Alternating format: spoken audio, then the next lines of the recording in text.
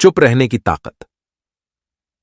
एक बार भगवान बुद्ध अपने शिष्यों के साथ एक गांव में ठहरे हुए थे।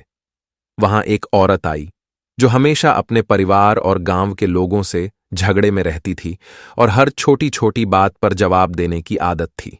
उसने बुद्ध से कहा, मुझे समझ नहीं आता कि लोग मुझसे इतने नाराज क्यों रहते हैं। मेरी हर बात पर सब मेरे खिलाफ हो जाते हैं।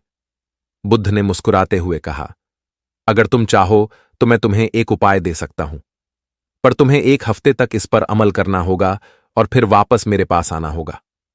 औरत ने कहा, मैं जरूर अमल करूंगी, आप बस मुझे बताइए क्या करना है। बुद्ध ने उससे कहा, तुम्हें बस इतना ही करना है कि जब कोई तुमसे कुछ कहे तो तुम बिना कुछ बोले चुपचाप उनकी बात सुनो और उनकी तरफ देखती रहो। तुम्हें बस मुस्कुराना है और एक शब्द भी नहीं बोलना।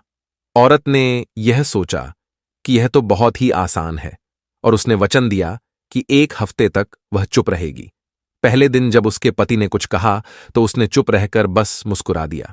पति ने कुछ समझा नहीं और यह सोचकर छोड़ दिया कि शायद वह थकी हुई है। फिर उसके बच्चों ने कुछ कहा पर वह चुप रहकर मुस्कुरा दी। बच्चे भी हैरान हुए पर ज्यादा गौर नहीं किया। धीरे धीरे हफ्ते के दिन बीत रहे थे और लोग उसके इस नए व्यवहार को लेकर समझ नहीं पा रहे थे। औरत को भी अब अपनी इस नई आदत से कुछ सुकून महसूस होने लगा। उसके घर वाले और गांव वाले भी उसे नए तरीके से देखने लगे थे। आखिरी दिन जब वह बुद्ध के पास पहुंची तो उसने कहा, भगवान, मुझे तो लगता है कि चुप रहने में ही सुकून है। अब लोग मुझसे प्यार से बात करते हैं और मेरे व्यवहार में भी शांति है। बुद्ध ने मुस्कुराते हुए कहा, बहुत अच्छा, यह तो तुम्हारे लिए काफी लाभदायक रहा है।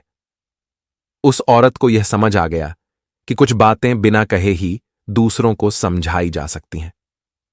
तब से उसने चुप रहने को अपना मंत्र बना लिया और उसका जीवन सुख और शांति से भर गया। शिक्षा। कभी कभी चुप रहने में ही सच्चा सुकून होता है और यह दूसरों के लिए भी एक मिसाल बन सकता है।